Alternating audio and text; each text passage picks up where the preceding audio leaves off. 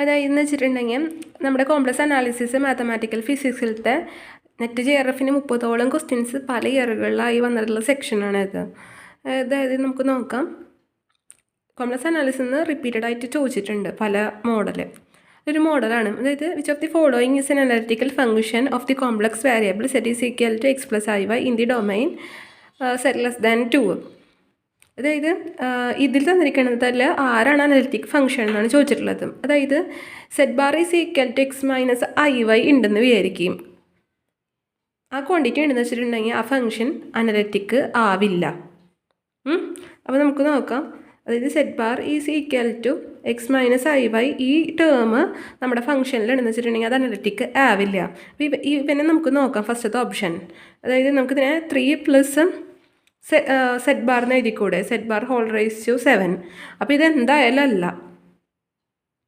ഇതിൽ set bar ഉണ്ട്. അടുത്തത് ഫംഗ്ഷൻ നമുക്ക് നോക്കാം.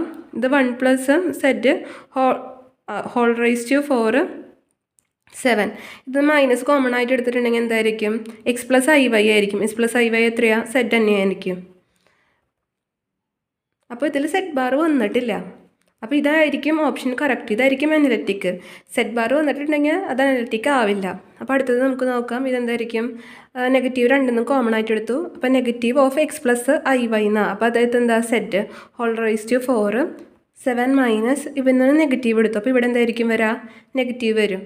നെഗറ്റീവ് അല്ല, പ്ലസ്. ഇവിടെ നെഗറ്റീവ് എടുക്കുമ്പോൾ x - iy ആയിരിക്കും വരിക. അതായത് സെറ്റ് ബാർ ആയിരിക്കും വരിക.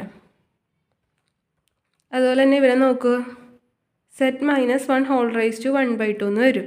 അപ്പോൾ തന്നെയായിരിക്കും ഇത് രണ്ട് ഓപ്ഷൻ ഉണ്ടല്ലോ, പക്ഷേ ഫ്രാക്ഷണൽ പവേഴ്സ് വരില്ല. അപ്പോൾ ഫ്രാക്ഷണൽ പവേഴ്സ് വരാത്ത സെറ്റ് ബാർ വരാത്തത് ആയിട്ടുള്ള ഈവനാണ് നമ്മുടെ എന്തായിട്ടുള്ള ആൾ? അനലിറ്റിക്കലായിട്ടുള്ള ഫംഗ്ഷൻ.